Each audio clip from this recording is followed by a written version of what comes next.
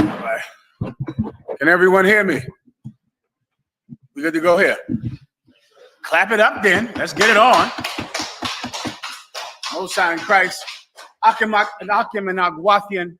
We're going to go over the Third World War tonight, all right? Unfortunately, Commanding General Yahanna could not be here because he was pulled away at the last minute on God's business, which is also an indicator of how short these times are and how much work we have to do and not much time to do it in. So I'll be covering the class for Commanding General Yahanna. Our topic tonight is World War III. Clap it up. And how about this? Because of World War III, let's drink a little scotch in here tonight, you diet. Clap it up. We at the end. This the end. We might as well drink. Because we're at the end. We're going to go into World War III prophecies in the Bible. I'll answer every question that you have about the Third World War. If you have a question about the end times, about the coming of Christ, about the prophecies that lead up to the coming of Christ, you ask now. I believe the brothers told me if anyone wants to call in, I believe there's some time that you can call in and ask questions as well. I'll take the questions in the room, all right?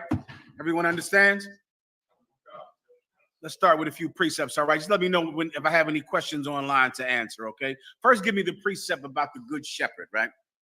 If I could sum up what you should think about World War III in one concept, this is, I believe, what I would do.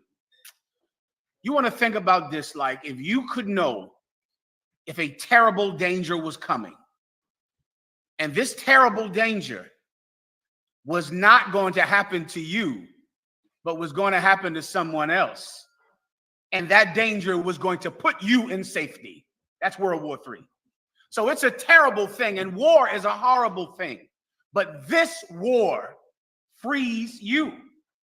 This war brings peace on the earth.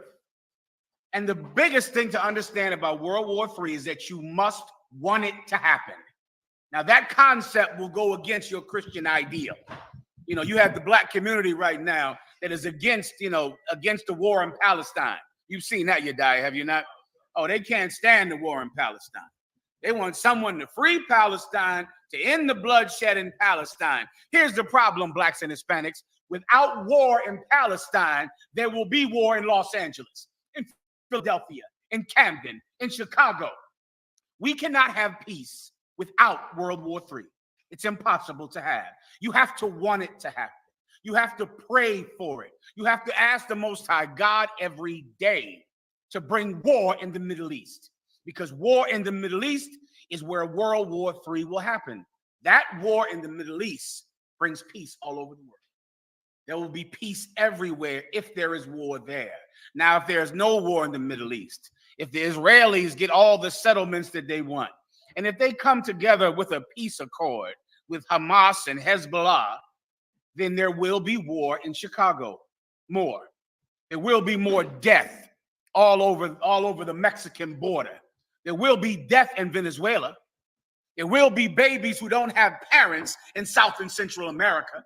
The reservation will wake up one morning with more missing daughters unless there's war in the Middle East. There must be war in the Middle East. World War III is important, and all of us must pray for it. We must ask the Most High to bring it to pass. Everyone understands, right? Any questions? If not, I'm going to start rocking and rolling. Let me know, Marah, right? Matthew 24:6.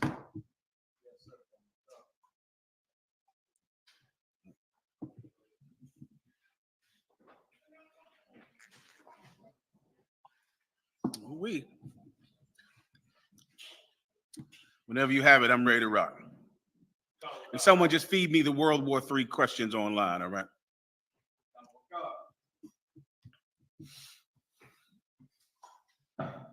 Matthew chapter 24, verse 6. And ye shall hear of wars and rumors of wars. Read that again. And ye shall hear of wars and rumors of now wars. Think about how many years ago Jesus Christ said this. He said this, my God, 2,000 years ago. He gave us a warning of something that was going to happen to help us. And what a glorious God we have to even give us a warning about a day like this and times like these. But he gave it to us. He gave it to us right here in the Bible. You shall hear of wars and rumors of wars. Is that not happening right now? That's the election is 20 days away. That is all you are going to hear about is war, war every day, war all the time. Everyone is terrified of it. Everyone wants a president that can stop World War III. That's who they're going to elect. They're going to elect someone that they believe will bring peace to the Middle East. They've been trying to elect someone that brings peace to the Middle East for about 30 years or 40 years. Every president promises that they will avert World War III, that they will stop World War III. You can't be so up. You have to want it. Jesus Christ said, you shall hear of wars and rumors of wars. There's wars between the Palestinians and the Israelis. There's a possible war between South Korea and North Korea. There's wars between this country, possible wars between this country. You shall hear of wars and rumors of wars. Go ahead. God, sir. See that ye be not troubled. Be what? See that ye be not troubled. The Lord said, see that ye be not troubled. What does the term troubled mean? Anyone know? What's today's term for trouble? Worried. Worried. That's why so many people want peace in the Middle East. That's why all of your black, so-called black leaders are praying for, the Palestinians, and they want to help the Palestinians. And that's why our oppressor wants to help the Israelis. Everyone wants there to be calm and quiet in the Middle East because they know that the Middle East is where World War III will take place. They know that's the valley of decision. That's the valley of Jehoshaphat in the Bible. And so because of that, they want everything calm over there. Christ said this, don't be worried. Right. Don't be troubled, man. Worrying is not a solution to World War III. That's not how you solve that problem. You solve your World War III problem by praying for World War III and preparing for it ahead of time. That's not worrying. Worrying makes you loot stores and commit suicide. You're going to see that coming soon. You're going to see tons of Edomites or so-called oppressors. They'll go out and kill themselves because they think World War III is coming. They'll commit mass suicides. Why? Because they worry too much. Because they're troubled all the time. Because they're afraid of a thing that is going to cause peace. There's going to be peace on earth because of World War III. Don't be troubled by it. Don't worry about it. It's going to happen. It's a good thing. Also, give me another precept about where in Jeremiah, if I could, Yediah, where the wicked so-called man of God came from Israel and Jerusalem and said, this is a long captivity. That's the term you need, a long captivity. And I need the good shepherd, all right? Don't be troubled. World War III is coming. It's going to happen. I don't care who in the hell becomes president. It is going to happen. It's supposed to happen. War in the Middle East means the war stops in North Philly. It stops in Brooklyn. It stops in Harlem. It stops in Baltimore. That's what that means. All right? Don't be troubled. Don't be worried. Keep going. Jeremiah chapter 29 and verse 28. But therefore he sent us in Babylon, saying, this captivity is. I'm sorry, Warrior. Not quite yet. Just hang on to it for me, please. All right? I'll finish up with Matthew 24. Whenever you're ready. Matthew chapter 24 and verse 6 in the middle. Everyone knows they can eat right now, right? You aware of that, Marah? Yes, sir. Y'all get it on. For all these things must come to pass. Why shouldn't you worry? Read that again. For all these things must come to pass. Come on, man. Why are you worrying about the Palestinians and how many of them over there dying? And how much rubble you got to dig under to find a Palestinian kid? Who cares?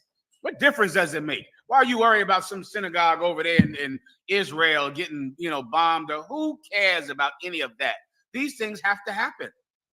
Don't you see the world went on prospering while you died in Chicago and in Baltimore and in Mississippi? And while you died all over America, you died in Juarez. The world went on to prosper. The world didn't stop and make some big fund and campaign to end the violence in your neighborhood. Why?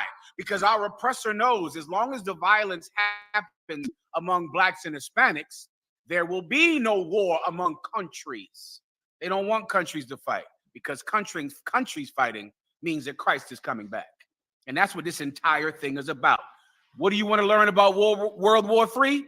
Want it, desire it, pray for it. When you watch the news, Commander General Yahanna watches the news, watching the prophecies climb, watching them stack and stack, because he knows that this must happen for God's children to be free.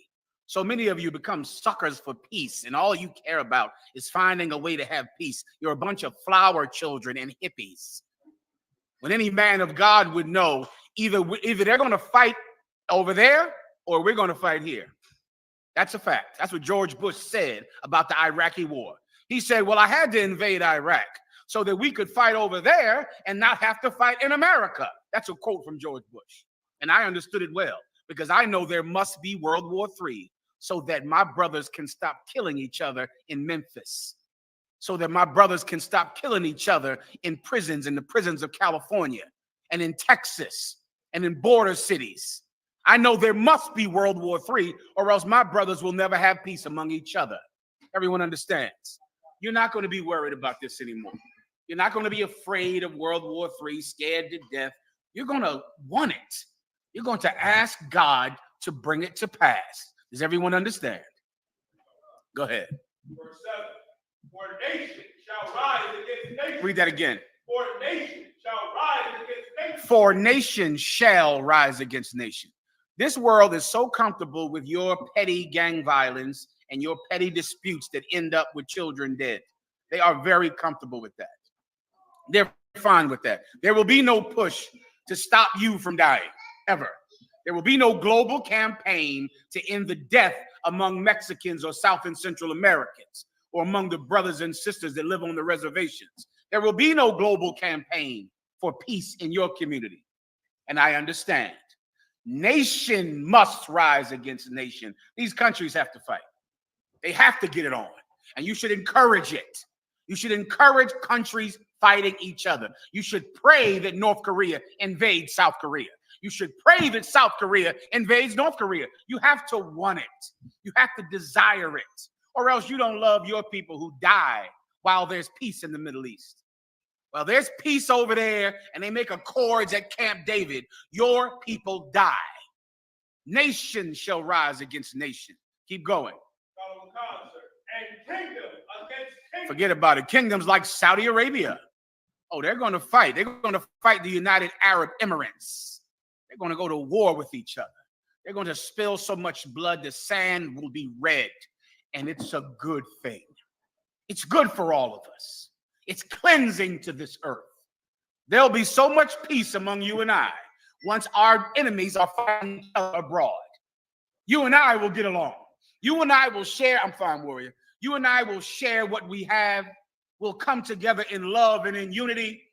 And we'll know every day that our enemies are killing each other. And we're not even there. Everyone understands. Keep going up. Whenever you're ready.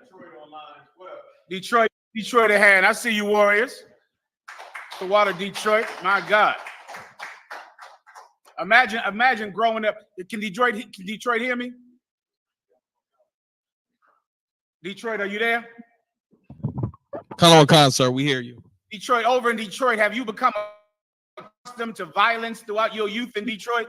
Con, sir. Can you imagine being from Detroit and praying for peace in the Middle East? Can you imagine that? Con, sir. I mean, that's a ridiculous thing. To be from Detroit and to have a campaign to save the Palestinians, to save the Israeli people that were kidnapped. When you live in Detroit, can you imagine that? That's what this world thinks of us. This world thinks that we don't care about our own self-interest. This world thinks that we don't care about what benefits us. They think that they can rally us together to vote for whoever will bring peace in their neighborhood, that will bring peace in their house. Enough of that. All right. From now on, we're going to pray for World War III. I'm going to explain to you after this precept what World War III is. Now you know it has to happen. It must come to pass. Nation shall rise against nation. Kingdom must rise against kingdom. Now give me the second and the third woe shall come. You know what I want, you die. The second woe shall pass, and that's that. So Revelation chapter 11 and verse 14. The woe is past. Here's another precept, man. Think about how good the Most High God is to us. To give us precepts to warn us against something that everyone else will be shocked when it happens.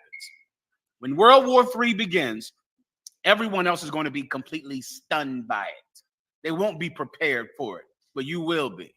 There is a great war that's coming to this planet. There was a war in the past. It was at one time it was called the Great War. It later became to be known as World War I. World War I is when every nation on the planet went to war with each other. They chose sides up. There was I believe his name was what's this French Ferdinand. To my memory, the Archduke Ferdinand. He was assassinated, and when he was assassinated, I believe he was the king over Austria, or the Archduke Ferdinand. He was assassinated, and because of that, everyone speculated about who killed him.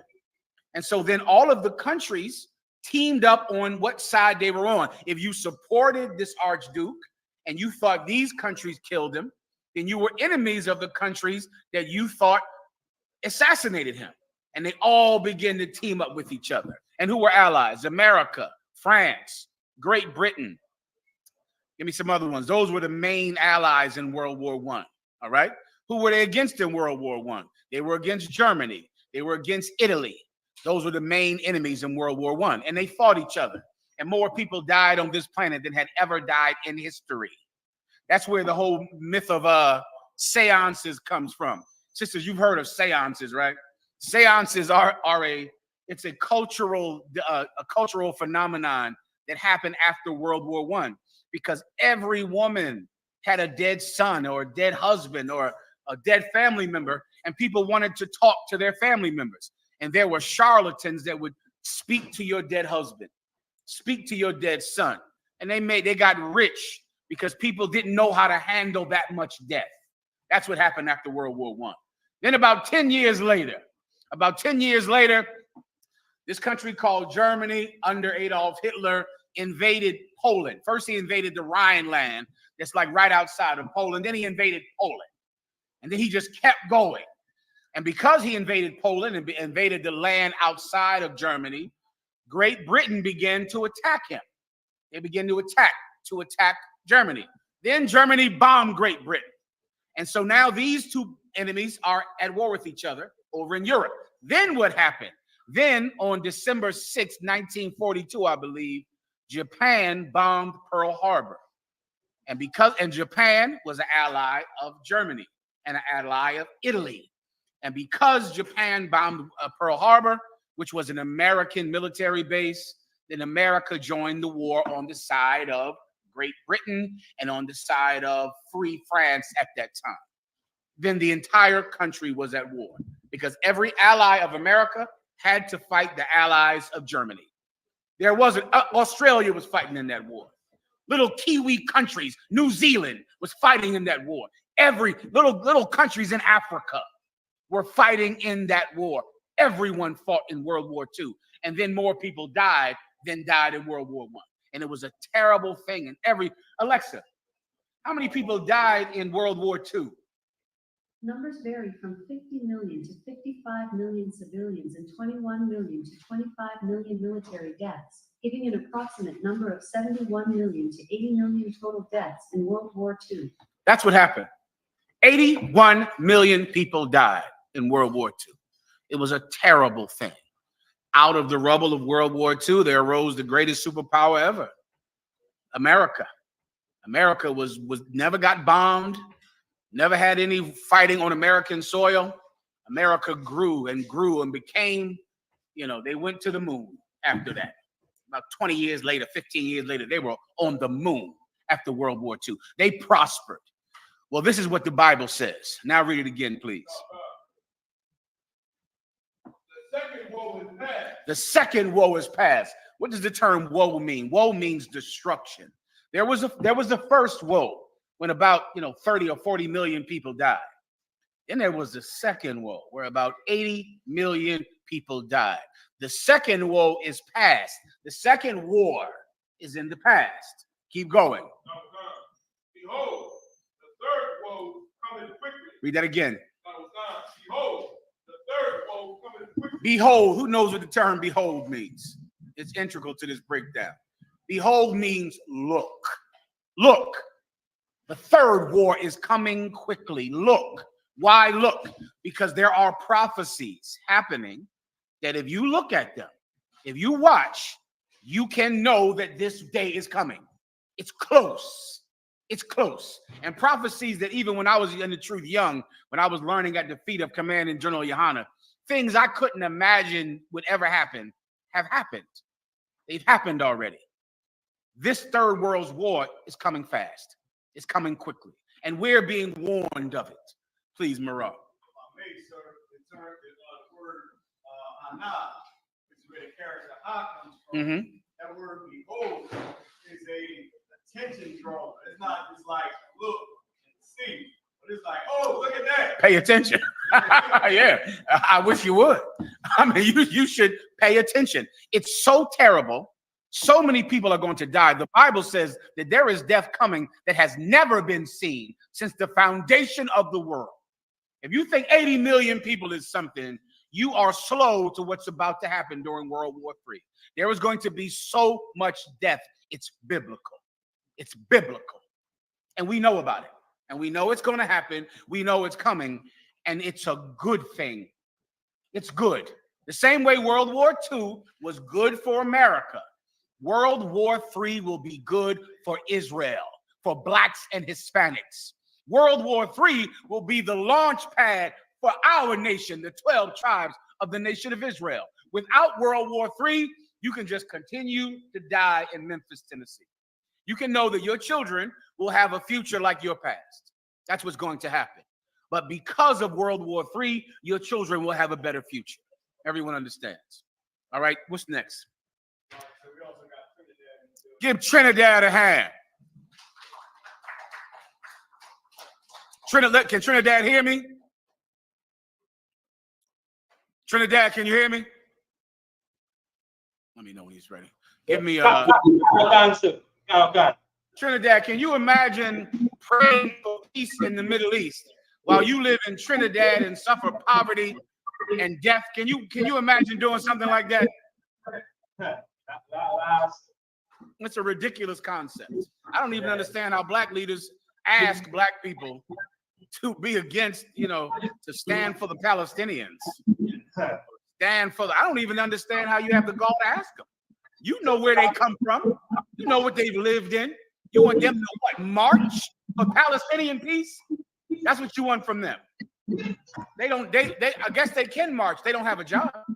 They can't feed their children. I guess they have nothing to do other than to march for the Palestinians. We want war in Palestine.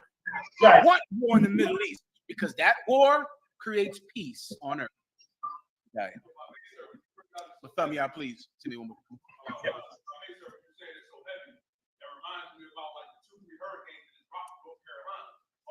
Blacks and Latinos that suffered from it in Florida and Georgia, all they did was give them $700. Oh. The excuse was there's a war over there in Ukraine, you kidding? Russia, there's a war over there.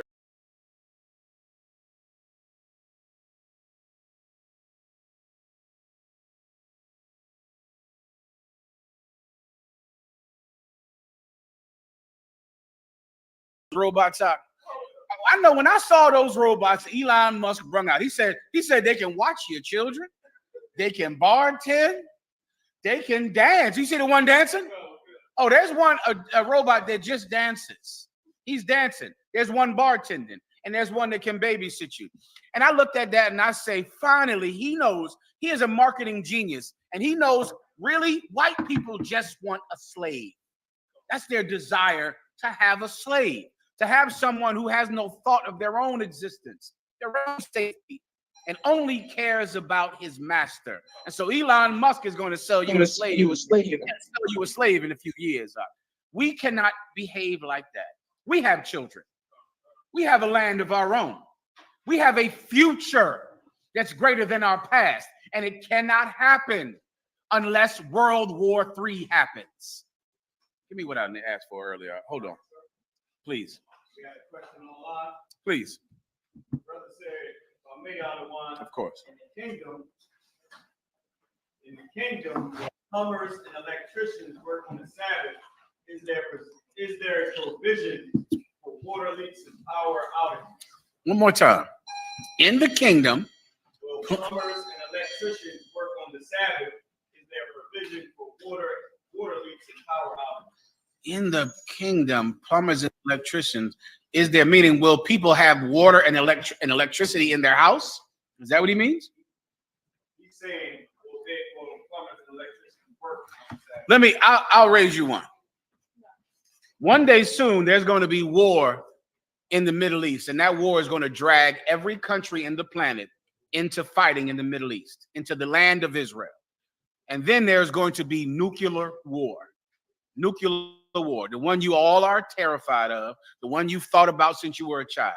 That nuclear war is going to happen in the Middle East. Once that war is over, the people who were taken so that they would never be harmed at all from that war are going to come back down on the planet Earth. We're going to build a society. And in that society, slaves will make sure that your water is running. Slaves will make sure that your every need is provided for. If you can face World War III, pray for it. Ask the Most High for it. You will never have to worry about water or electricity again. It won't be your problem. That'll be the problem of the slave whose responsibility it is to bring that waterfall that spills over a mountain into your land, to irrigate your farms and to feed your flocks. Water and electricity will be someone else's problem. If you can behave yourself like a man that knows the end is near. Everyone understands. That's the kingdom of heaven. It's hard for us to understand it because we think we're going to be electricians in heaven. I get you. I understand. I'm one of you. You think, well, I got to be to work on 9 a.m. How am I going to go to heaven? That's how terrible things are here for us. You think, well, Christ got to come back soon because I have to be at work at 7 a.m. in the morning. No, you don't. If World War III happens, you don't have to be at work. You don't have to become an electrician. You don't have to be anything. You can sit and benefit from the good deeds that you did while you were here. Who else does that? Our oppressor. He's not an electrician or a plumber. He sits and benefits over because he went through World War I and World War II, and he conquered the planet. Someone else will handle those things for you in the kingdom, brother. Just make sure you don't get high. Just make sure you don't eat pork, shrimp, or crab, or lobster. And make sure you keep your oath in the Israelite school of UPK. And the Most High God will provide for everything else in the kingdom. All right? Go ahead. Not quite. Not quite. Give me Zephaniah 3 and 8. No, I'm sorry. You're right. Give me the Good Shepherd now.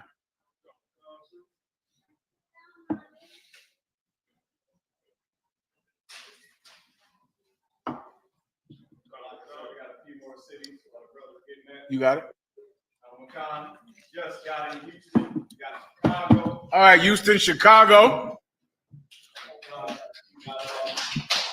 Austin, Louisiana, and Give headquarters, Louisiana, Austin a hand. Can Chicago hear me? Sir. Chicago, Can you hear me? Come on, we can, sir. Have you heard the black leaders are telling you to support the Palestinians, pray for them, and to pray for the Have you heard about that? Kind of, sir. How many cousins and family members do you know throughout your life killed? Oh my God, I can't even begin to count out of one since I grew up here in Chicago a great portion of my life. I got memories of going away over the summer my freshman year, and brothers that I went to school with not coming back. 14 years old, getting unalived over the summer, cases of mistaken identity and drive-by shootings and things like that. So I got cousins, like you said, who've been in the street and were unalived, best friends who didn't make it into their 20s, So I've never heard the block leaders or the organizers out here or the religious leaders ever say a word about remembering them and acknowledging their lives. Well said. Well said. We have to pray for war in the Middle East. We have to pray for World War III. We need it. You understand? We need it. Things cannot continue the way they are. This peace is killing us. This peace is killing us. Please continue. John chapter 10 verse 11.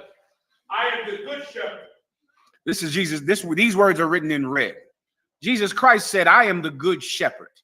You know what a shepherd is, right? A shepherd is that man that watches over a flock of sheep. He has a big staff in his hand. He's in the mountains with these sheep. These sheep are in danger because they're in the mountains. There are bears and lions everywhere that want to eat his flock. But he's a good shepherd. He's a good shepherd. Continue. God, the good shepherd giveth his life for the sheep. What does the good shepherd do? Read that again. Giveth his life for the sheep. The good shepherd gave his life for the sheep. That's who we serve, Jesus Christ. That's who Commanding General Yahanna serves, and which is why Commanding General Yahanna has always been preparing us for World War III, because he follows Jesus Christ, and Jesus Christ is the good shepherd. The Bible also says that the good shepherd, when he sees that the wolf is coming, he protects the sheep from the wolf. Commanding General Yahanna has always been trying to protect us from people that would influence us to be against World War III, because that's going to cause us to lose our lives. We have to encourage World War III. We have to want it to happen. We have to pray for it to happen, because otherwise we lose our lives. Everyone understands.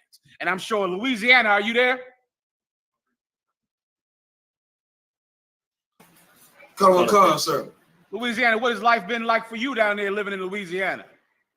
Nothing short of horrible, sir. I watched, I had a chance to be around the so-called mom and pop stores in the black community. I saw it all crumble under the crack epidemic, sir. So, you know, it was horrible. The crack epidemic. How could I forget, brother? Well said. I almost forgot about the crack epidemic. Can you imagine the people that have lived through the crack epidemic out on Facebook and TikTok praying for Palestine, praying that the hostages be let free? That's your concern? You are one of Elon Musk's robots. That's what you are. You're an Elon Musk robot. You're something that is made to serve someone else. God would have you be different. The Most High is Jesus Christ, and he's a good shepherd. He's going to protect us from the coming death. And there is death coming like you just can't believe, like you just cannot believe. I believe that's it, you die, unless you think there's more. Give me the other one I asked for. Let me give you the concept of what preachers like who is constantly trying to influence black people to stop World War III. Tavis Smiley, Jesse Jackson. Well, he don't really do much anymore. Lord be with him.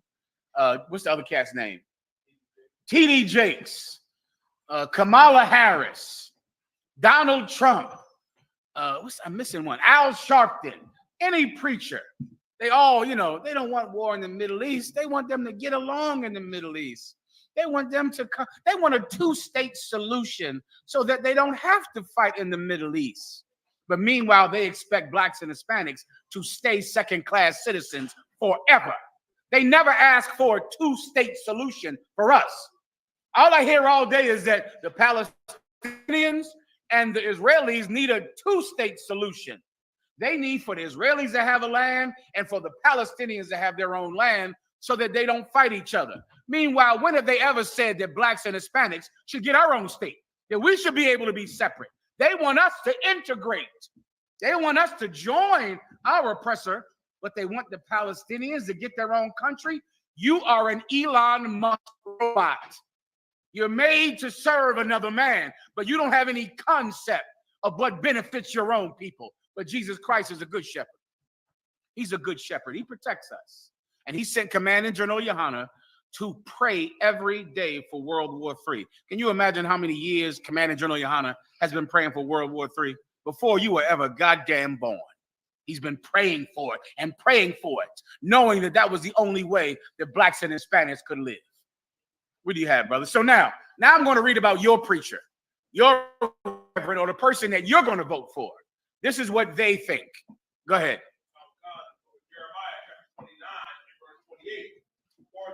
Wherefore he sent unto us in Babylon, saying, So this is when the Israelites were in slavery in Babylon, right? So these men came from Jerusalem, I believe, and they said this. Go ahead.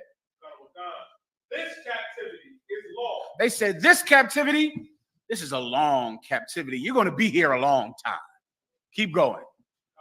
Build ye houses. Do what? Build ye houses. Because you're going to be here for so long, build a house. Build a house here. Keep going. And dwell in them. And live in that house. Go ahead. And plant gardens. Go ahead. And eat the fruit of them. And eat the fruit of those gardens. Go ahead. And Zephaniah the priest read this letter. Now, Zephaniah read the letter that came from the government of Israel at that time. He said, well, we here in hell. We're here in hell in Babylon. And our own leaders are telling us, you're going to be there a while. So just make your peace there. Get comfortable there because you're going to be there a long time. Continue. Zephaniah the priest read this letter in the ears of Jeremiah the prophet. So Zephaniah, who was a priest, a man from the tribe of Levi, the chosen people of God, he went and read this in the ears of the prophet of God, Jeremiah, at that time. Keep going. Verse 30. Then came the word of the Lord unto Jeremiah, saying, send to all of them of the captivity, saying, thus saith the Lord concerning Shema the Nehemite, and because that Shema have prophesied unto you, and I sent him not, and he caused you to trust in a lie. Meaning this prophet, this so-called prophet of God, he prophesied something that God did not say. God never wanted us to be comfortable here. He does not want that. That's what Martin Luther King wants. That's what your reverend wants. He wants you to think about yourself like you are an American, like you are a Mexican, like you are a Haitian, like you are a Guatemalan. He wants you to think that you are just, you're a Puerto Rican. That's who you are. You make your peace there. You get comfortable there. But God did not say that. That's not what the Most High God said. Keep going. Because that, verse 32, therefore thus saith the Lord, behold, I will punish Shema, the Nehemite, and all his seed. He shall not have a man to dwell among this people. The Most High God, because he said it's going to be a long time, plant a garden, build a house, and live in it, the Most High cursed him from ever having children. He was never going to have children again because you cannot put that mindset in a people that yearn to be free, a people that need freedom. So if we don't get World War III, what do we get? The next crack epidemic, the next HIV epidemic, the next gun violence epidemic. So then if this world is not going to come to an end, does this one keep going? It just continues like this forever. God didn't say that. We're all here and we live here in America and in Mexico and Trinidad, and we live all over the world. But we live here like people yearning to go home. And that is what you have to do. You have to be in America, not like I'm an American citizen. I live here. I'll become a Christian because that's what Americans do. I'll go vote because that's what Americans do. I'll just do what everyone else does. Hey, when in Rome, do as the Romans do. You can't do that. You're going to have to behave like a person who is yearning to be free. A person that is yearning for your own land. Please, Marab. That is a perfect example when that damn crazy sovereign, I'm a sovereign citizen. I don't need to show you my ID. I need to get my LLC. Amazing. It's an amazing, yeah, give him a hand because he's telling the truth. Yeah, a sovereign, like, can you imagine thinking that, I'm a sovereign citizen. I have rights. I have the same rights as a white man has. The Constitution, George Washington. It's a lot here. George Washington. You're not him, Mark. Okay, you're George Jefferson, but you're not George Washington. All right, you don't have the rights that they have. Their rights come from their ability to kill people, not from constitutions and letters and bills and laws. Their rights come from their ability to kill someone and for it to go unpunished. That's where their right is the right of might. You understand? Their strength is why they're able to do what they want, not because of the Constitution or any law at all. Their might is what makes them right. Everybody gets it, please. Crazy sovereign citizen. A non-sovereign citizen, but was an actual white man, told a child to stop. Then a purple group said that child should have stopped for the non-sovereign white man. Give him a hand. Yeah. He's speaking about the IUIC, the Purple Pigs. They were on the side of George Zimmerman when that incident happened, and they said that Trayvon Martin should have stopped when George Zimmerman told him to stop. They are Elon Musk robots. You understand? But here tonight and here all over the world, under commanding General Yahanna, he's taught us about Jesus Christ, and because of that, we want World War III to happen. We should be praying for it. As the time gets closer, pray for it, man. You turn the news on and you hear about it, pray for it. Pray that North Korea and South Korea get it on. Pray that they fight. Pray that there's nuclear war. That the most terrible thing that you could imagine, pray that it happens, because in doing so, the terrible thing you've been going through your whole life will finally be over. Because you've been going through something that you could write a book about. You could write white people would write a book about your life. They'd have a New York Times bestseller if they went through what you went through. If you don't want World War III, then you want the continuation of today's hell. Everyone understands. All right, let me go on. Give me Ezekiel. Give me Zephaniah. I'm sorry. Isaiah 54 and 16. Well, thumb y'all, please see me one more time.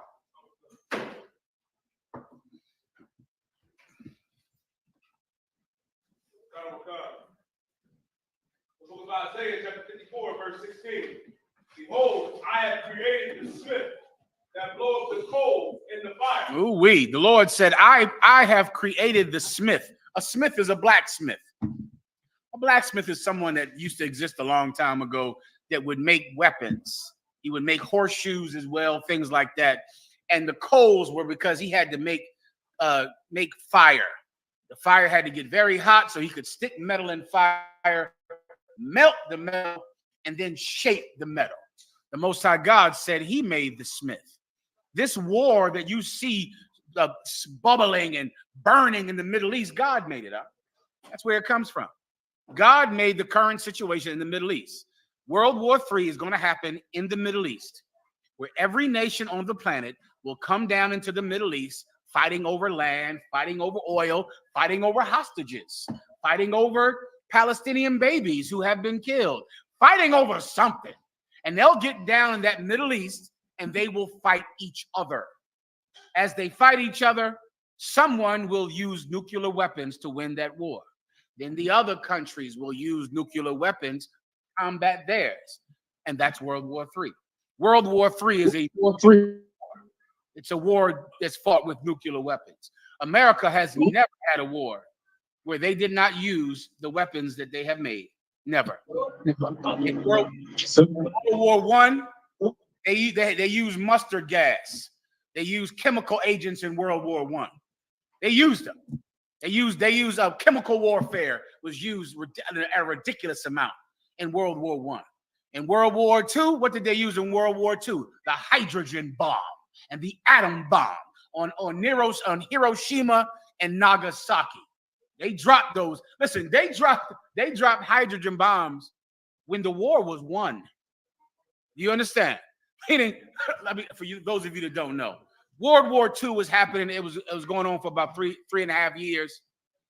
Germany had surrendered. Adolf Hitler committed suicide. Now there was only war in the Pacific. That's it. They won. They were winning. The Japanese people were about to surrender. They sent letters to America saying, let's negotiate a surrender, because they could not win. They could not win because Germany had surrendered. Mussolini had been hung. In Italy, it was only Japan left that was fighting. They won Africa. Japan was alone fighting all the allied powers of America. Japan, the Emperor of Japan, sent letters to America saying, let's sue for peace, which is an old way of saying, let's negotiate peace. America read the letter under Truman, President Truman, read the letter and said, well, we've been working on this bomb for about 2 years, though. We got it about right, and we're not going to know if it works unless we use it.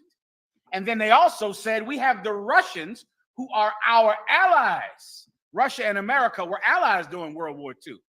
We have to show the Russians that they better not step up at the end of this and try to take land.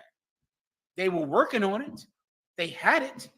They had to do it just to know that it worked and to scare any other possible future enemies. They dropped a bomb on Hiroshima, I believe, first. Was it Nagasaki? Hiroshima first. Alexa, how many people were killed at Hiroshima?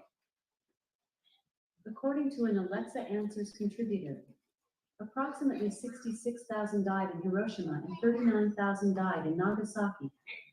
Let me tell you, they dropped Nagasaki was first. Nagasaki was a fishing village. No, Nagasaki was a fishing village. They dropped it on Nagasaki, 39,000 people died. Japan said, all right, you win. They dropped the other bomb anyway. Even after Japan quit, they still dropped the bomb and killed double the amount of people. Are you telling me that America has nuclear weapons and they're never going to use them? I don't see that. That's not their record.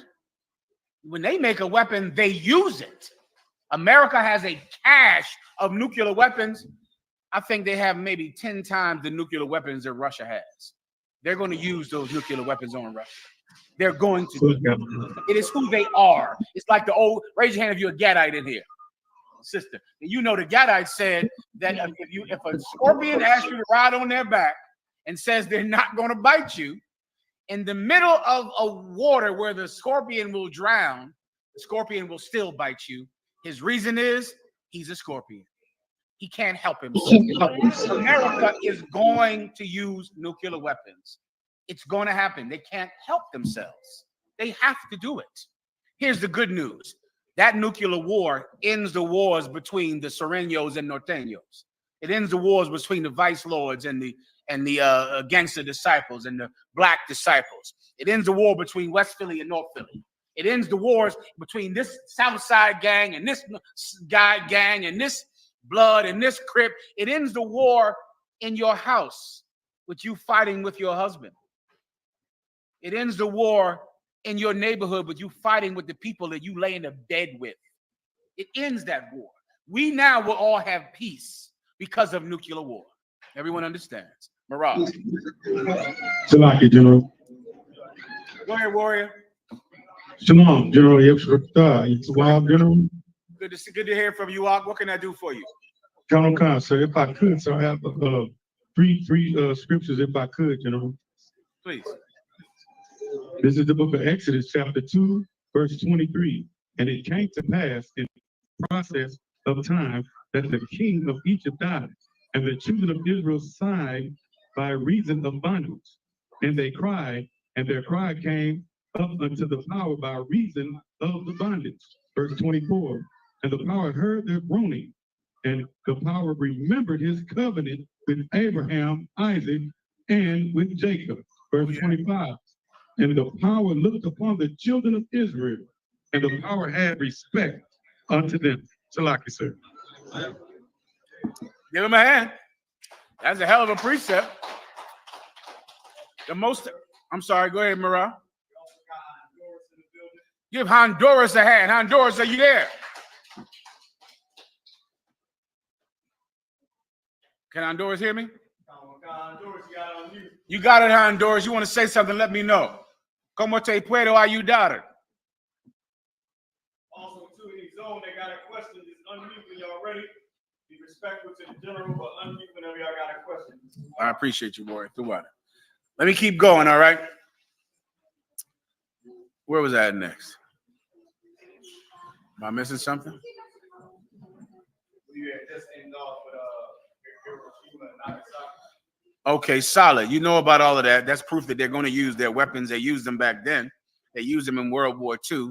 They are absolutely going to use nuclear weapons in World War III. Did I go over Isaiah 54:16? Are we done or we have more? Go ahead. And bringing forth an instrument for his work, and I have created the waster to destroy. Meaning the Most High God is the one that created the blacksmith that makes the weapons. The Most High God is the one that created the man that made nuclear weapons. He wants it to happen. He wants nuclear weapons to be used because the Most High God wants you to live. And you will not survive without this war. You cannot survive. All right, keep going.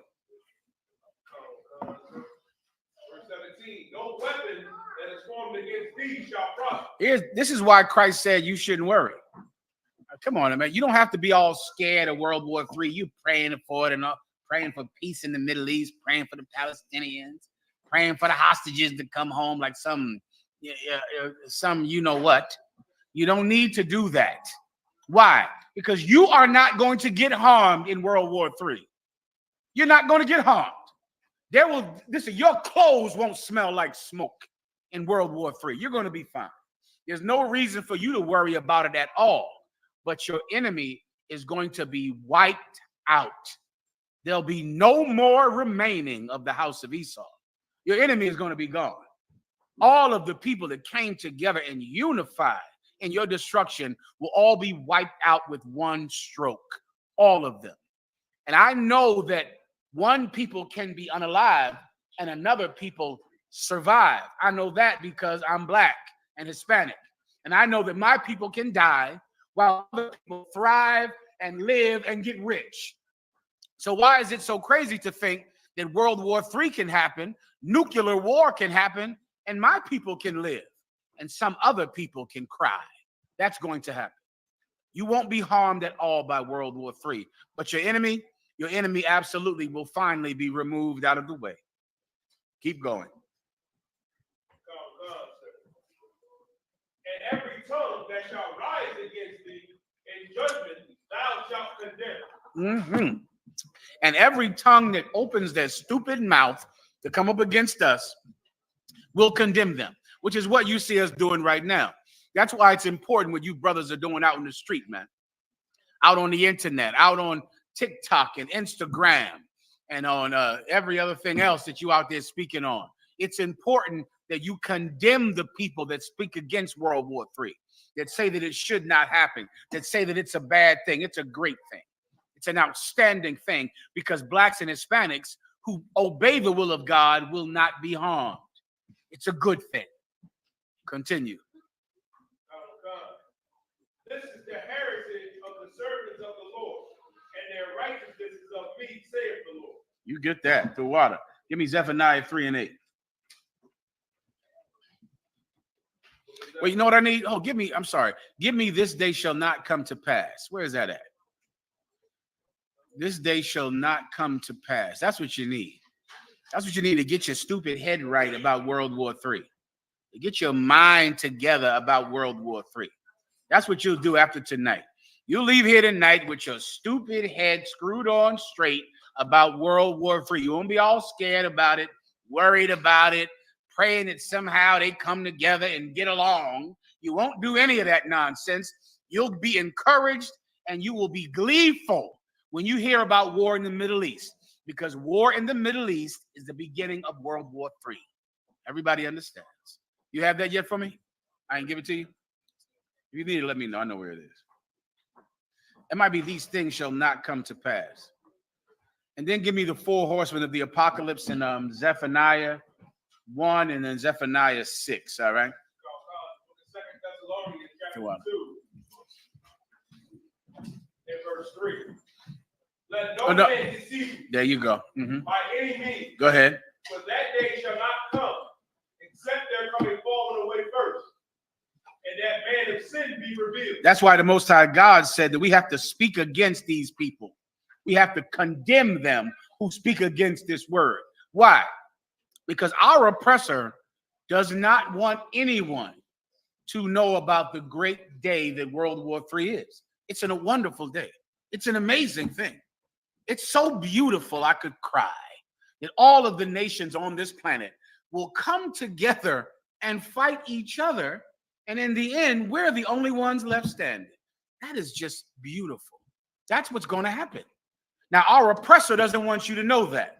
He doesn't want the world to know who he is and that he is a liar. And he's been lying to you about World War III, lying to you about nuclear war. He's been making you pray for peace in the Middle East while you die in your own neighborhood. That's that's like magic, really. That's like a magical act that a people on crack and drugs and heroin could say, pray for Palestine. Pray for the Israelis. That's magical that he could even achieve something like that.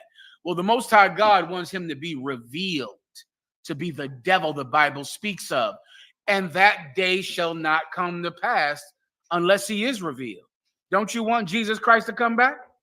Goddamn Christians out there listening. You don't love Jesus? What happened to Jesus? You don't care about him now. You don't want Jesus Christ. You don't love your Lord and Savior in the blood of Jesus on the holy cross and Episcopalian Jesus love and everyday holy day saints, Mount Olive. You don't love Jesus now? I thought you loved Jesus. Well, Jesus Christ is not going to return without World War III. Jesus Christ is not going to come back until every prophecy concerning him has happened. That's in the Bible. That has to happen. Every prophecy concerning him must happen. So if you love Jesus so much, then World War III has to happen. Nuclear war has to happen. If you're afraid to die, don't worry about that. You're not going to die unless you should. Unless you're one of the ones that absolutely should die. But if you're not, if you're keeping the commandments, if you're doing what's right by the Most High God, you have the UPK here. You got us here up all goddamn night and day. You got Commanding General Yahanna flying all over the goddamn globe, going everywhere to help you. You don't have to die if you don't want to. You want to live? Good. Well, the UPK is here to show you how to survive World War III. We're doing it for you. So you no longer have to be afraid of it. Everyone understands. You die, I believe that's it. Go back to the other one now. Give me hell. Go ahead, Warrior, please. Mm-hmm. Please. Excellent. Go ahead and read it. Behold, the day cometh that shall burn as an oven. That's what it says in the Bible. Behold, the day cometh that shall burn as an oven. That's nuclear war, where your eyes burn out of your head and your tongue. I'm sorry. I'm fine, Warrior. Hey, what the hell? Since you're here, you might as well give me one more. It is World War III. The day coming that is going to be hot like an oven. That's nuclear war. Give me that precept, I believe, in Zechariah, about your tongue melting away in your head. Give me that precept. That day is coming. Keep going. And all the proud, yea, and all that do wickedly shall be stubble. Come on now. Why is that such a bad thing? All the proud and all the proud that do wickedly, they shall be stubble. You know what stubble is? Stubble is like you take a wood and you burn it down, and it's the little crunchy bits of brown, hot wood that you could just step on, right? That's what stubble is. All of the proud. Who is proud? Our oppressor is proud. There is no one more proud than our oppressor. He's going to become firewood soon. He'll be gone. He'll be gone. There'll be no more of him. No more liars, no more thieves, no more molesters, no more of the people that hurt. Oh, Lord, forgive me. I just said that word. I should have said it. You better come over here real fast. You die for this one of y'all. I'm still up, but I got to stop. They gave me a warning. All right. No more people that abuse children. They're firewood. Your preacher is firewood. Your preacher is kindling. That's what's going to happen to him. It's going to be time to feed the worms shortly. Shortly. Any more? I'll get you, sis. Go ahead. And the day that cometh shall burn them up, saith the Lord Yahweh. Come on. Don't you know that's why the world is such a bad place? Everyone knows we live in a bad world, right? I think even our oppressor, other nations know that this world is an evil place, right? Am I correct about that, Marah? Wouldn't you say that it is universally believed that this world is a cold and bad place? All fake Israelites believe that. The UPK believes that. All Christians, Muslims believe that. Am I right or wrong, y'all? Tell me. Marah. Go ahead. Kids movie called The Lorax. At the end of the movie, it said, you don't change, and you can't help somebody else. You got to change first. I'm like, hey. Yeah, but they know. Listen, every race knows that this world is a terrible place. Now, this precept just answered a question for you, and World War III will solve the problem for you. Why is the world such a terrible place? I'll give everyone a shot to ask it while I drink more of this good scotch.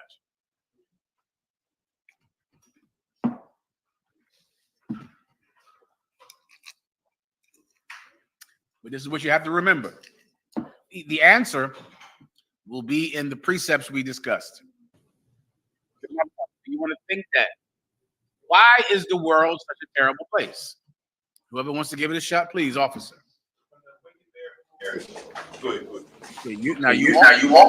You're walking down the street of it.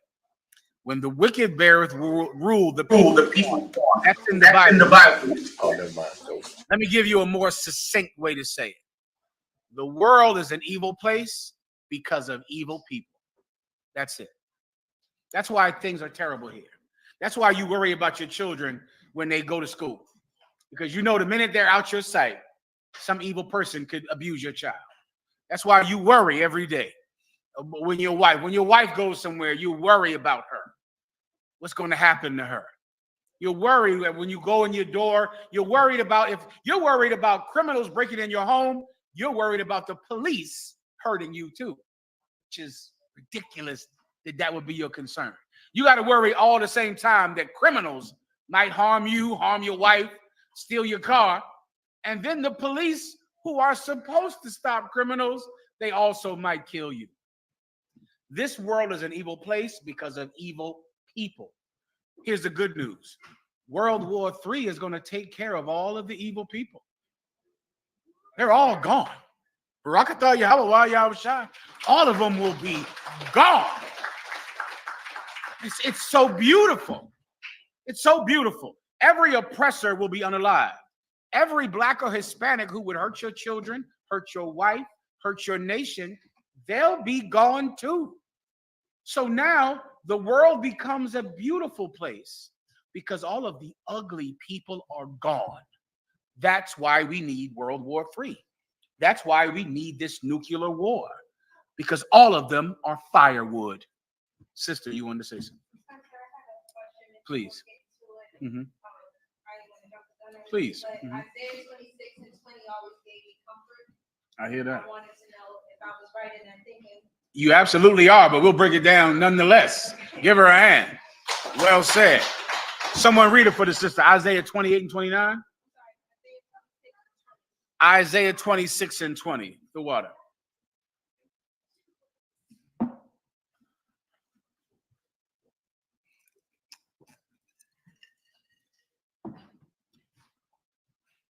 is the book of Isaiah, chapter 26 and verse 20. Come, my people, enter thou into thy chambers. Forget about it. Let me give everyone some context, right? Let me try to. This is also, where is this at? In Ezra, Yediah?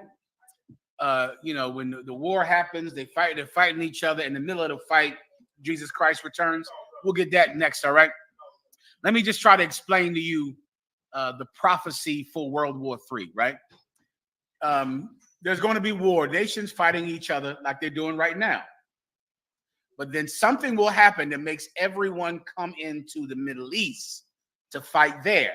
That's what you see happening right now. When those hostages were taken by Hezbollah, it caused America to send ships over to the Middle East. All of America's allies had to come to the Middle East. And then all of the allies of the Palestinians, which is Hezbollah. Who are the allies of Hezbollah? Hezbollah is a terrorist organization that controls that area of Palestine, right? But they have allies. Their allies are Iran. which is a major country, right? Iran, they're the allies of the Palestinians. Who are Iran's allies? Russia is Iran's ally. China is Iran's ally. So because of these hostages being taken, all of these different countries had to come into this land to defend each other, to back each other up. You get my point? If you've been in a fight before, you know, if your friend fights somebody, what has to happen? Now my cousin is in a fight. So what does that mean? Now here I come down to fight because my cousin is in a fight. And because I'm in a fight, now here comes my friends. That's how countries work, the same way. America is fighting, which means here comes Great Britain. Here comes America. Here comes Germany. Russia is fighting, which means here comes China. Here comes Iran. They all have allies. They all come into this land to defend their friends. Everyone understands, right? Now, when that happens, and that is happening now, what I just described, when I was young in the truth, this had not happened. I was talking about this like a future event. What I just described is happening now, tonight. We're going to tell you how y'all shot. Every nation is down there in the Middle East to back up their friends, to help their ally. But this is what's going to happen next.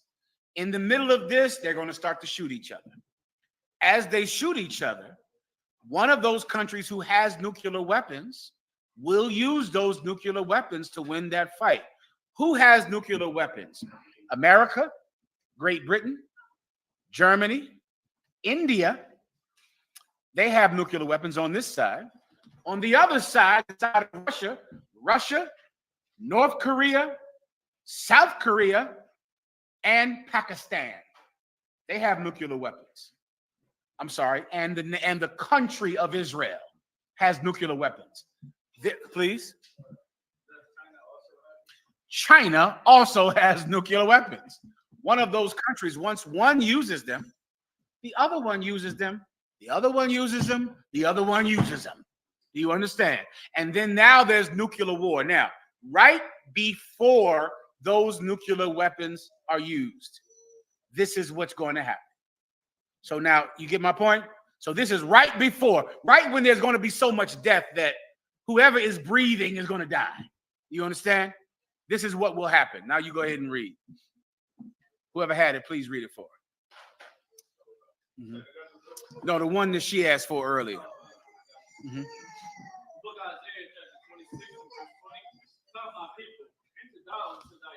Come, my people, enter thou into thy chamber. The Most High God is going to send the chariots to receive his elect. The people who have worked hard to survive the coming death. Don't you understand, man? So many times I follow Commander General Yahanna, and I wonder, where's your sense of self-preservation? You don't have any of that? You don't have just a sense of, well, I have to do this to survive. Well, you have to come into the UPK to survive, to just live. Because there is a death coming that is so terrible that it's biblical in nature. That's how horrible it is. It's worse than 85 million people dying for World War II. Don't you want to survive that? If you could have been around before World War II and someone would have told you, listen, do not go to Japan, do not go to Pearl Harbor. Don't go there. Stay away from Pearl Harbor. You wouldn't have listened. Well, that is you right now today if you don't follow Commander General Yahanna. Because we're here right now like they were back in 1943 before December 6th, when he's saying, you should avoid Hawaii now.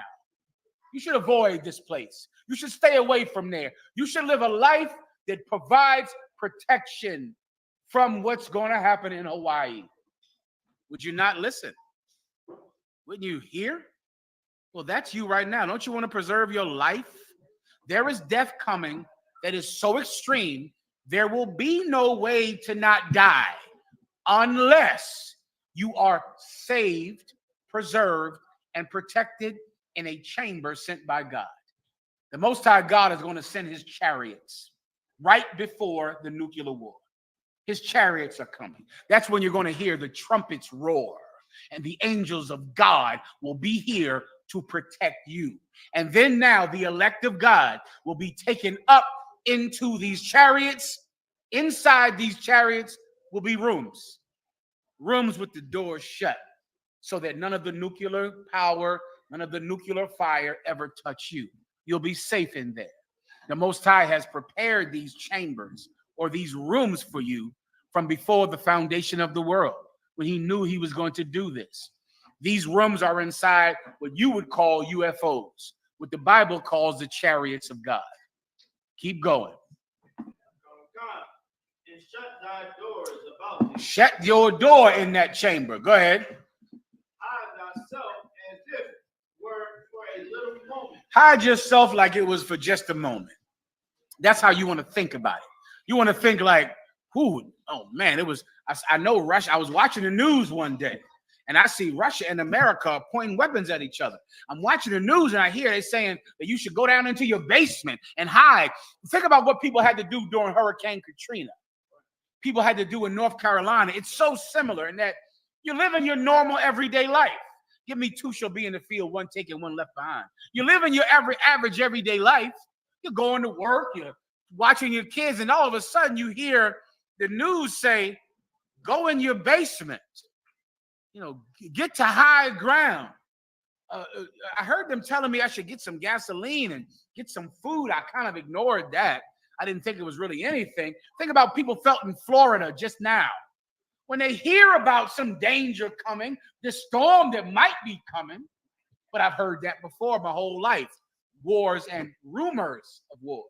I've heard this rumor that it was going to be a big storm in Florida, so I kind of ignore it, right? Because I'm from Florida, so I ignore this storm.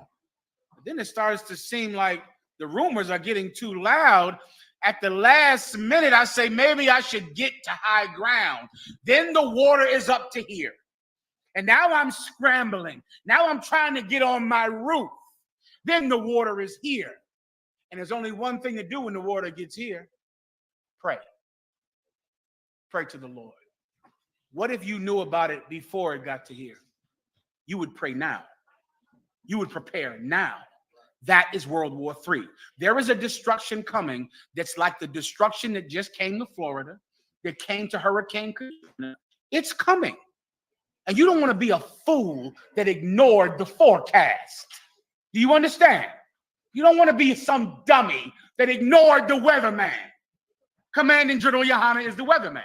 He's telling you this thing is coming. There's a death coming. A storm is coming. You don't want to say, they always say that. No, it's not going to happen. Nothing will happen. It's coming. It is going to happen. Does everyone understand? When it happens, those of you that have prepared, those of you that have made your hearts ready, those of you that have decided that you want to live and not die, you'll be taken up into the Most High's chariots, and you'll be hidden away as if it was just a second that you need to hide away. Just a second. Just get in there, shut the door, close your eyes. It'll be over in a minute. That's going to happen on the Most High God's chariots during nuclear war in the Middle East. Continue. Until indignation be overfed. Until the indignation. What is indignation? Indignation is anger. Until the anger passes, hide in these chariots. That's why we're here. That's why we joined the UPK. We joined the UPK for the same reason that people in Florida should have watched the weather report. People in North Carolina should have watched the weather report, because we want to live.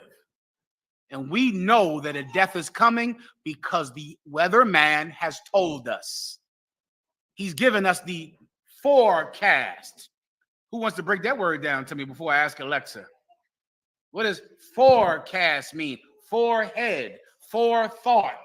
What does forecast mean, officer? To see ahead. Someone is saying, if you live in North Carolina, get to high ground. Leave now. Get out of North Carolina. Get out of Florida. If you live in Tampa Bay, leave now. Leave 3 weeks ago.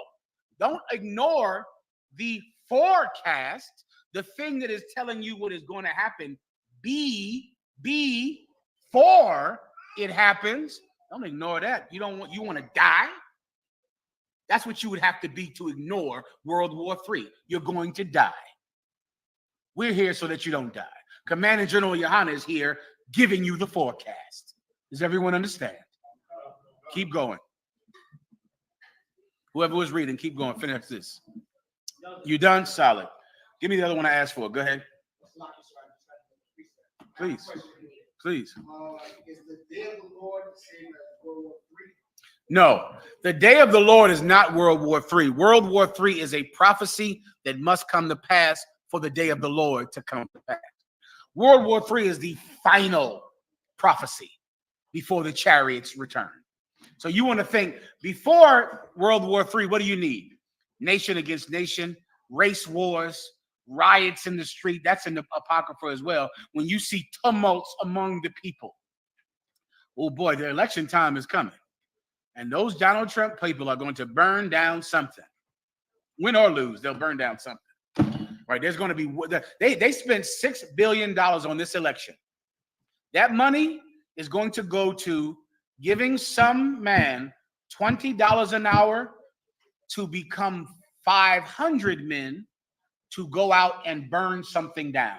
They're going to pay for armies with this money that they have.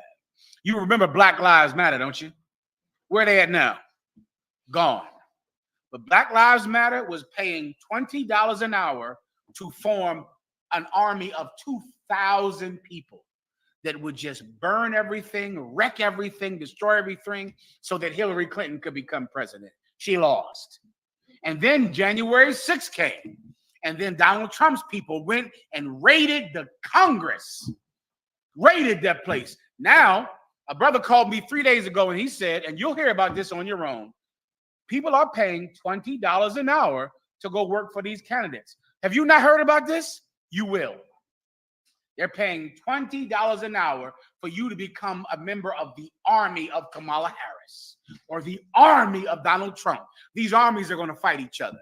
And you will see tumults among the people, riots among the people. That's a prophecy. The poverty, the COVID-19 virus, that was another prophecy. That was a plague that the Most High God said would happen. You're going to see disease, poverty, death. All of these things are prophecies. The final one is when nation upon nation, give me that right now. Nations upon nations into the valley. You're going to see countries upon countries come down into the valley of decision. And when they get there, they're going to fight each other. In that fight, they're going to have to use nuclear war to win the fight.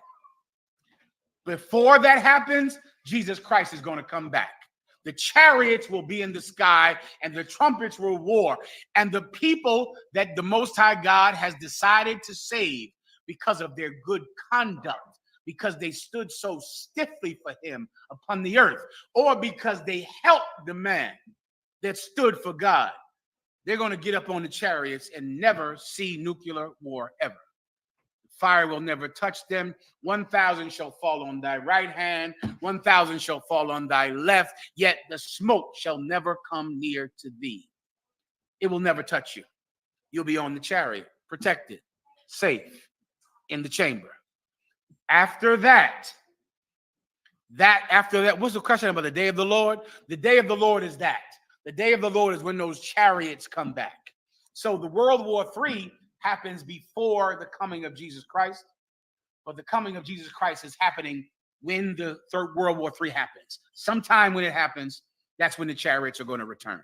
So when you hear about, oh, Russia attacked America, they're fighting in Jerusalem, they're fighting in the coast of this city, they're fighting, they're shooting each other. Somewhere in there, somebody is going to launch a nuclear weapon. Somebody. And then their enemy is going to launch one back at them. Then they'll attack Russia. Then they'll attack the mainland United States, the mainland UK, the mainland France. Somewhere in there, you're going to hear trumpets roar. And that's the coming of Christ. That's the day of the Lord, is when Christ returns. You understand? Marab. So we had a question in headquarters. from Yahanna. He said, what scripture best says we get peace when the nations go to war? Oh, there's so many of those, and they're good ones too. Bear with me 1 second. Tip of my tongue.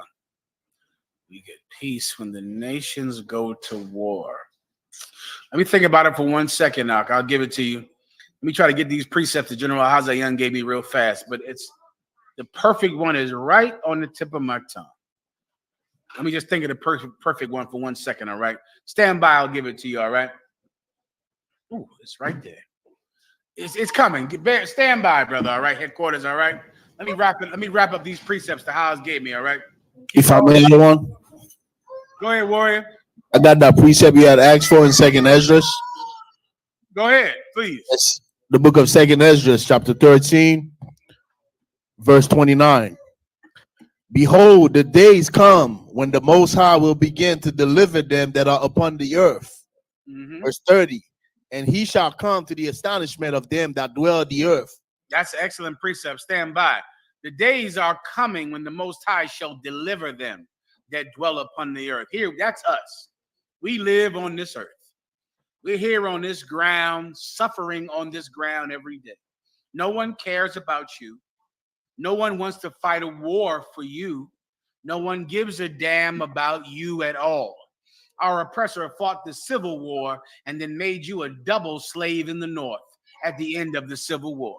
If you're living in New York, Philadelphia, and Chicago, they went to war so that you could live in North Philly, so that you could be right there. So you could live in Washington, D.C., so you could live in Detroit, so you could live in Chicago. They fought a war over that. That's why they went to war, so that you could stop being the slave in the South and begin to be the slave in the North. No one cares about you, but the Lord our God, he cares about you because he cared about your forefathers, Abraham, Isaac, and Jacob.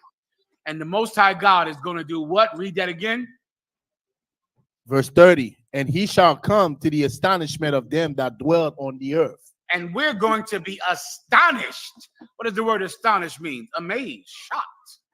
Like our salvation that's coming is shocking. What did you think you'd be saved by? Kamala Harris? That's what you thought, right? I know you thought Barack Obama was going to save you. Don't lie, because I saw you. I know you thought that. I know. I saw you crying. I saw you. I was in the truth. You were in the world, and I saw you crying. I saw you say Barack Obama became president. You just knew he was going to get rid of your credit card debt, didn't you? You thought he was going to end your student loans, didn't you? You thought he was going to get rid of your credit card. You thought rent was going to be free, didn't you? When Barack Obama became president. You died. Tell the truth on yourself. You thought, right? You thought you was getting reparation. I saw you. Oh my God. You just knew the kingdom had come when Barack Obama became president. It didn't. Right? It didn't. Think about the slaves that when the North won the Civil War on Juneteenth, they celebrated today. They thought it was, the kingdom was here. They thought everything would be different. Then they moved to Chicago after the Civil War. They moved to Brooklyn and New York and Harlem at the end of the Civil War. They moved to North Philly, Detroit at the end of the Civil War, right? You've always thought that there was some other path to salvation when there is none but World War III, but the coming of the Lord. There is no other way to end this. You would like it to be. I know. You think a promotion on your job changes your life. I know you do. Who thought that a college degree would change their life?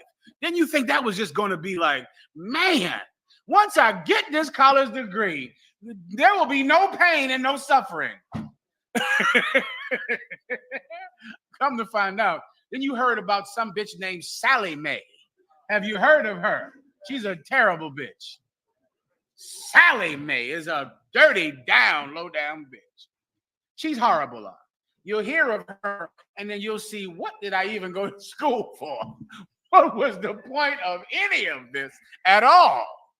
Well, there is only one path to real salvation, and that is the day of the Lord. The day of the Lord does not happen without World War III. Everyone understands. Am I missing something? Where am I at right here? Please. 3 more verses, sir. Let me let the brother get it on. All right, Levi, you got it. Go ahead. Okay. And one shall undertake to fight against another. Yeah, one shall undertake to fight against another, one city. Go ahead. Against another, one place against another, one people against another, and one realm against another. That's what has to happen. I mean, a college degree, getting a good job, a promotion, they're band-aids to the sickness. They help a little. You get a better job, that's better than no job. You get a car, that's better than the bus. These things help, but they will never fix your problem. To fix your problem, you need a change in status. Status changes when your people change. When now you're not on the bottom anymore, you're on the top. That can only happen through war. War is the only way that people change status. I'm not making this up. This is history. When do a people go from being on the bottom to being on the top? War. And there is no other way to do it. There has never been another way to do it, and that will not change. People change status because of war. World War III will change your status. It will change. It will make the people on the bottom will now go to the top, and the people on the top will go to the bottom. That's what's going to happen. Now your children are upper class children. Your children aren't niggers and spicks anymore. They're the upper class of society. That's who your children are now because of war. Keep going, Levi. Verse 32. And the time shall be when these things shall come to pass, and the sign shall happen which I shewed thee before, and then shall my son be declared. Let me tell you, that's going to happen. France and England and Saudi Arabia and the United Arab Emirates and Kuwait, they all coming down to the valley of decision. Give me that next, after Levi. They come in there, they fight each other, they use the weapons they have at their disposal. Christ returns. Read that again.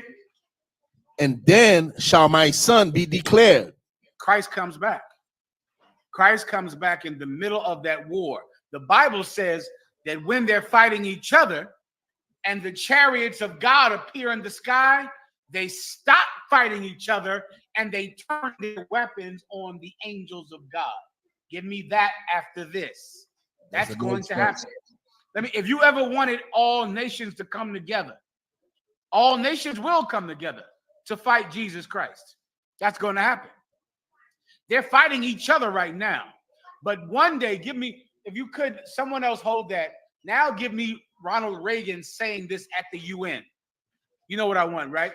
Ronald Reagan said this in the 80s. Ronald Reagan said, wouldn't our differences among each other be small if an enemy from another world came? Wouldn't we stop fighting each other and be unified? Ronald Reagan was telling the truth during the nuclear age, during the time when Russia and America were in the middle of the Cold War. Ronald Reagan knew we will love each other when Jesus Christ returns because we're going to fight Jesus Christ together. Russia and America are going to become allies to fight Jesus Christ. That's in the Bible, and Ronald Reagan said it. He said it at the UN. They're going to be fighting each other. The chariots come back, take up God's elect, put them in their chambers, and the Russians and the Americans say, we have to stop fighting each other. We have to start fighting him. And they become allies. And they're going to turn their weapons on the angels of God. And then they're going to fire their nuclear weapons on the angels of God. That battle will last about how long? An hour. That's about a 1 hour long fight. Then the worms get to eat that day. The worms get fat that day. Everybody understands. I'll break it down for you right now. Yadai, what do you? I'm sorry. In our obsession with antagonisms of Levi. That was the next verse the moment. Mentioned. We often. Okay, did I just say that, or do you need more? What time do I end the class, Yadai? What's the usual? What's time? Find out. See what Commander Yahanna wants me in the class. All right. If he's available, he might not be. Go ahead. All right, go ahead and play it.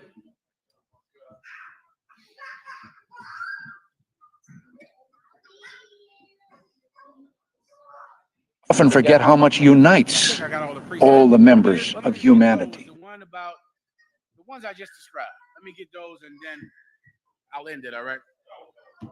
Go ahead. In our obsession with antagonisms of the moment, we often forget how much unites all the members of humanity. Perhaps we need some outside universal threat to make us recognize this common bound. I occasionally think how quickly our differences, in our obsession with antagonisms of the moment, we often forget how much unites. Someone read the precept while we're waiting. Mirage, just start playing it. I'll stop when you read it. Go ahead, Up. Yes. You got a mic? Do you need a microphone? You die? You good to go? Go ahead. Joel 3:14. Multitudes in the valley of decision. What does 13 say? Put ye in the sickle, for the harvest is white. That's an old school Commander General Yahanna precept. He used to always say that. Put ye in the sickle, for the harvest is white. Is ripe. The sickle is that thing like that thing. What's that big old thing that you see the angel of death in the cartoons? You know, that big old. Say again. A sickle, right? You swiping it and swiping it. Say again. Give him a hand. The Grim Reaper. That's that thing the Grim Reaper has. Well, that thing is what they use to cut down grass to turn grass into hay. It's a sickle. And in our obsession with antagonisms of the moment, put ye in the sickle, for the harvest is ripe. Meaning it's time to kill the grass. It's time to kill the wheat. It's time. The wheat is fat and plump, and it's time to kill it. It's a metaphor for war. It's time for war. Continue. Come, get you down, for the press is full. Come, get you down, meaning he's cutting down the wheat. For the press is full. we often forget how much unites all the members of humanity. Perhaps we need some outside universal threat. All right? You cut down the vines so that you can press the grapes into juice to make wine. Keep going. The fat is talking about the guts of grapes. You press the grape down and those guts come out, and the guts are overflowing the pulp of the grape so that you can get all that grape juice to make wine. All of this is a metaphor for blood and for war. Keep going. For their wickedness is great. Their what? Their wickedness is great. How evil does this world have to get before you pray for war? How much more do you want to take? COVID wasn't enough for you. Crack wasn't enough. Heroin wasn't enough. Child abuse wasn't enough. The public schools you had to go to.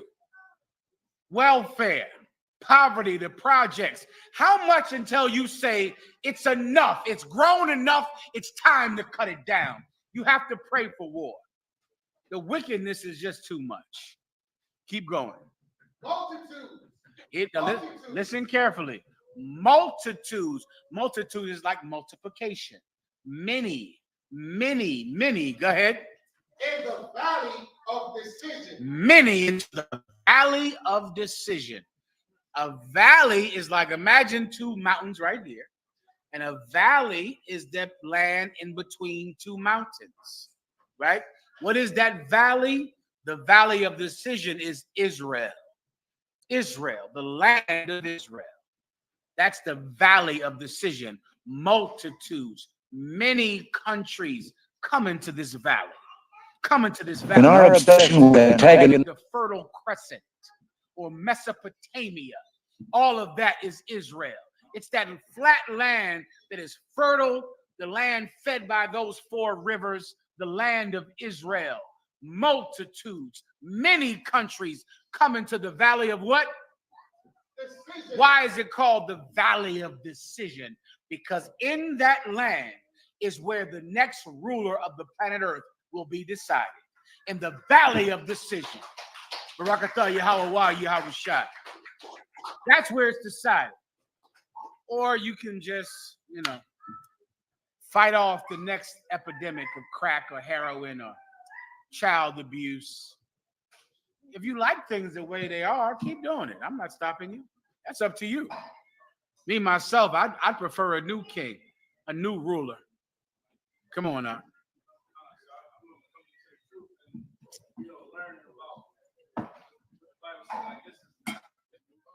Yeah, brother.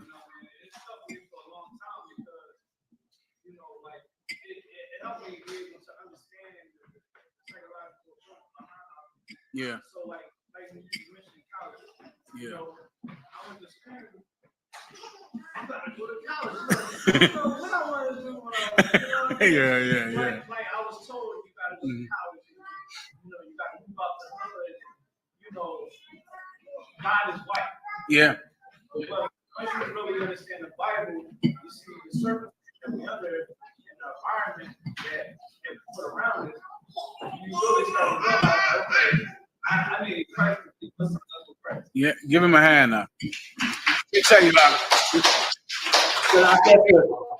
There are so many men that thought that a temporary solution was a permanent one, and they found out the wrong way. There's a man named Puff Daddy that wanted to do what? Make it out the hood. Who ever heard Puff Daddy's story about the roaches? Who knows what I'm talking about? You've never heard this story? You die. I don't have time for this, but put it on after I'm gone. You die. Puff Daddy told a story about how he was young and he went to eat something. I think it was cereal. And he poured the cereal on his face. And instead of cereal coming out, roaches came all over his face because he lived in a project in Harlem. I believe 142nd Street or something like that in Harlem. And he talked about how these roaches came out the cereal box.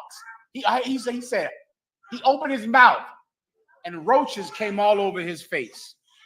And that day motivated him to make something of himself, to succeed at any cost, to do whatever he had to do to get out of the projects. So many of us have thought that these temporary fixes were going to change the world, and they do not. They don't. And you found out the hard way. There is only one way to change the world, and it's a one-word answer. Give me the answer. Give me the answer. In the room or out the room, it changes the world every time it happens. Every time it happens, it changes the world. Your car? Give him a hand. Give him a hand. War is the only thing that changes the world. At World War I, Germany was in charge. They weren't after World War I. World War II, who was in charge? Great Britain was in charge. Who'd you have on you had Queen Elizabeth and her father, King George. And before that, you had Queen Anne and Queen Victoria. Great Britain was in charge of the world. Then World War II happened. Then America was in charge after World War II. Now World War III is coming. There's going to be a new ruler after World War III. That new ruler will be blacks and Hispanics. A new heaven and a new hell. A new earth and a new heaven. Kingdoms will change the way they always change. War. World War III is the only thing that can help us. Everyone understands.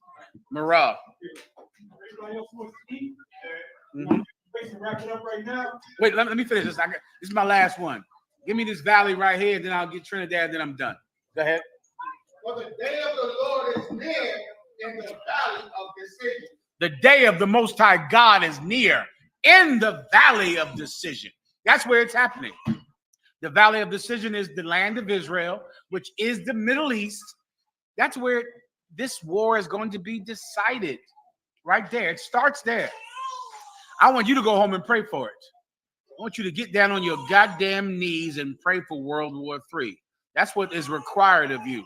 Or else you'll get the alternative, and then you can send those daughters of yours to school and assume they won't get pregnant when they're 13. You can assume that. Just like my mother assumed that she was wrong. Do you understand? She was wrong. You can assume that the death that happens to you won't happen to them. You will be wrong. You have to pray for war. It is the most important thing in life. It is how nations change positions on the earth. It's how the loser becomes the winner and the winner becomes the loser. Nations into the valley of decision.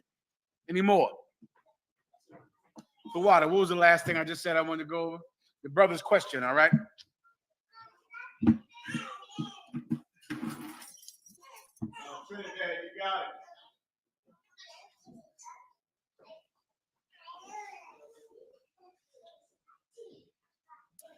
Any questions in the room before I end the class?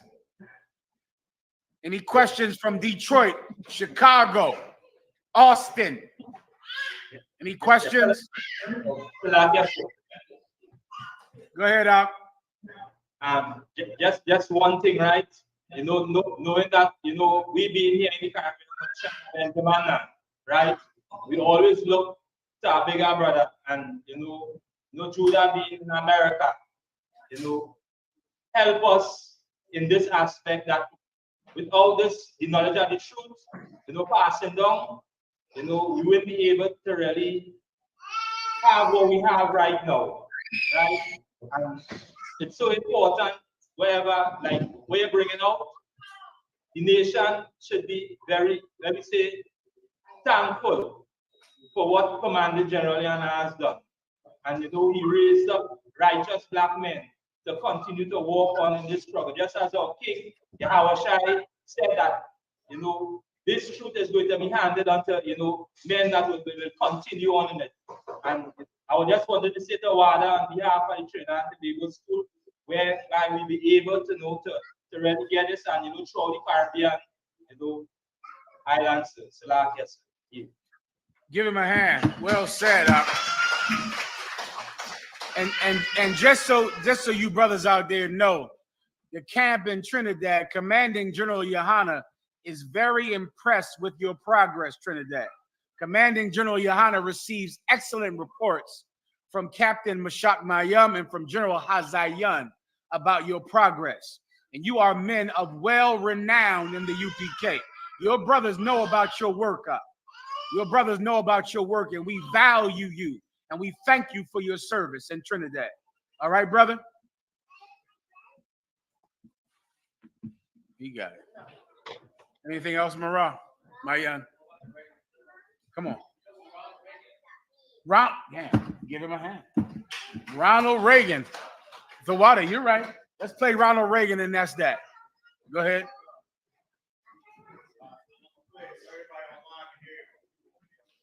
No problem. Okay. Wait, we can't hear it, but they'll hear it online. Okay. Do you think? Go ahead. In our obsession with antagonisms of the moment, we often forget how much unites all the members of humanity.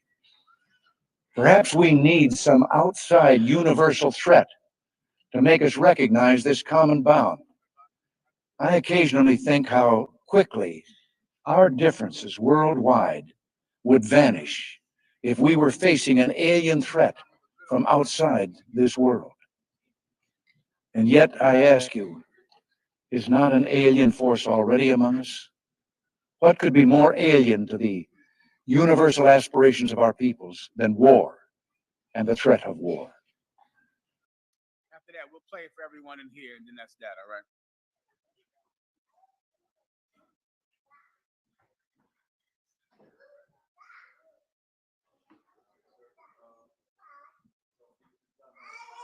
All right. So everyone online, I'm going to play it one more time for the brothers and sisters here in Philadelphia, all right? And then I'll end the class. Go ahead.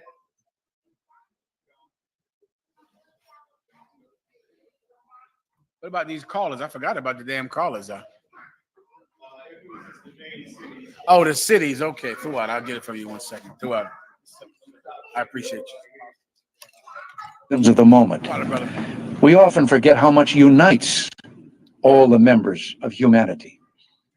Perhaps we need some outside universal threat to make us recognize this common bound. I occasionally think how quickly. Say your name, Warrior. A war in your rib. What's your rib's name? A war and Rakaya made the food tonight. Husband and wife, outstanding. Come on. Officer Quatazar Karab, give him a hand. Well done, huh? Officer Aitanya, give him a hand. I heard the food was delicious. I will find out in about 10 minutes. I'm going to eat it in the car. Right? I'll find out in 10 minutes. In the car, I'll be eating this food.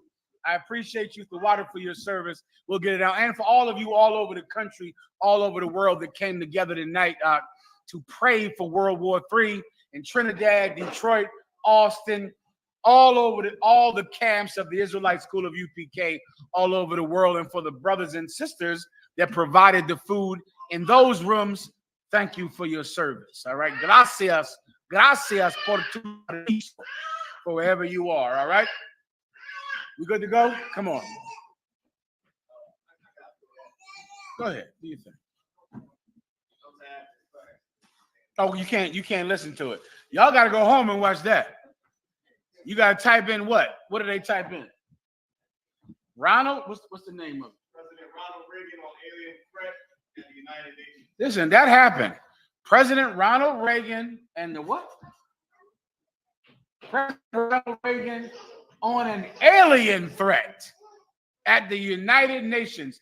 When you go home, when you get in your car, you type that in, and you're going to go find that video of Ronald Reagan preparing for World War III. With that, I want to pass the class over to Police Officer Batumya.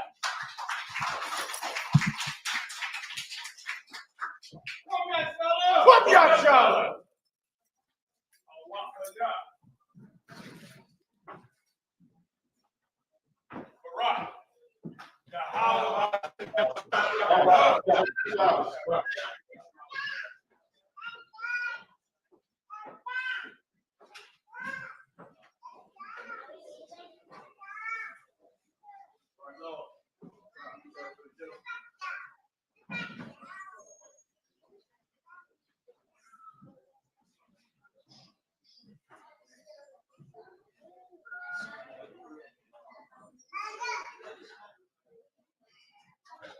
Gotcha, what's up? ISUPK security now. ISUPK, so I was going west on 25th Street Hall, New York. Under Commander Yahanna. Rule for new brother and sister. When a new brother or sister comes into the school, they are off limits for 6 months. They are to be saluted only. They are here to share themselves with the world. If they need transportation, the teacher will arrange it. After 6 months, if a brother or sister has an interest in a particular person, he or she must get permission from the head to speak to a brother or sister. There is another 6 months in which the brother and sister will court each other. After this 6-month period, the brother and sister will get permission from the head to marry. Tithes, which is a commandment, you can find this in Numbers chapter 18, verses 21, and Malachi chapter 3, verses 8 through 10. It means the tenth in the Hebrew, Ma'ai Shabbat. 10% of every penny of any increase the Lord gives you, give to the treasury department. Priest fund. Free will offer for priests, not mandatory. Whatsoever amount of life. Upcoming holy convocations. The next one will be the Feast of Dedication. You can find this in the 25th of life. It's the 25th day of the 9th month by the space of 8 days. Wednesday, the 25th, December, the 25th of December. And you can find this in 1 Maccabees chapter 4, verses 52 through 61. Mount Akim and Aquatian to check the bulletin board in the hallway. If any brother wants to be a trooper in the school, to start wearing all black. Boot, shirt, pants, headband, and scarf. And with that, men of Israel, Mazi, Jesus is saying. Men of Israel, we're going to give one courtesy salute. Men of Israel, Imam Shabbat. Imagine, Barak, Yahanna WW3, that's the top, so, which means to turn. Imagine sisters, which means to stand. We're gonna give the sisters one person salute. And if you don't know, sisters, your Imam Shabbat is gonna be your head over the other like so, head bow, feet at a 45-degree angle. All right, men of Israel, we're gonna give the sisters one person salute. Imam Shabbat, Imam Barak, Yahweh Shamar, certified Shemiel Shabbat. How's the time? Class dismissed.